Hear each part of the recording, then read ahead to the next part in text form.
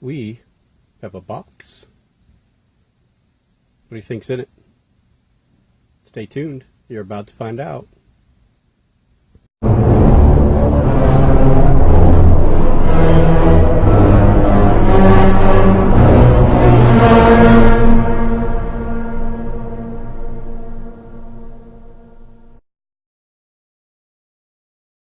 Okay guys, we have a box, and you can see that this is done through the United States Postal Service, so if you know me, you know that there's no tarantula in here or spider or anything else that is not legally able to be shipped through the United States Postal Service.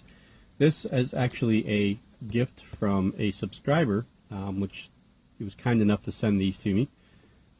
His name is Eli, I hope I pronounced your last name right, it's Hyatt. Or Height. It's H-I-E-T-T, right?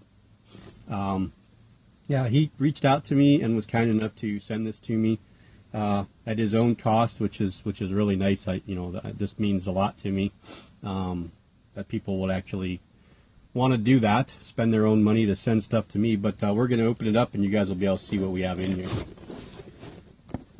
Apparently, everybody names their knives, I guess, but I really don't know why, but I'm not naming mine. So its name is DeWalt. So maybe we'll just call him Walt. I don't know. But I don't use Walt very often. So what we have, great packing job by the way. I love these types of lids. Is a bunch of dubia roaches. He did see a video where I was saying I didn't have a lot of adults and I didn't have much of a colony, to be honest with you, the dubias, and he said he had a whole bunch of them. So let me get them out, and then we'll change where the camera's sitting.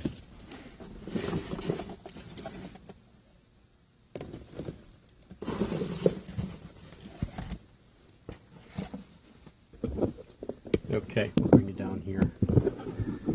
I had to bring you up because the box was so tall. So here is a bunch of adults here.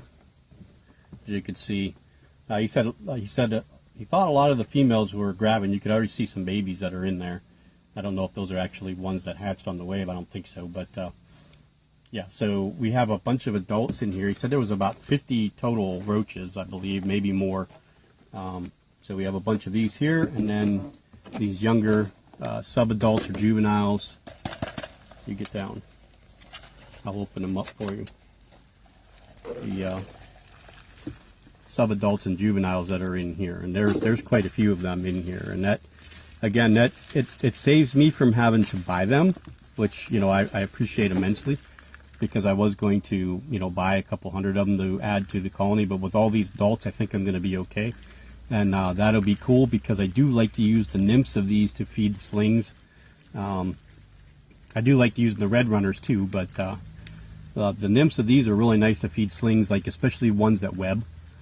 So like a Vicularia or, the Stratogeorus marshalli, the Neoholthelienses, things like that, even the Chilobracte species, even though they could take a little bit bigger than the nymphs. But anything that webs, because they get hung up in the webs, and then the spiders will come up and get them. So, yeah, again, a huge thanks to Eli.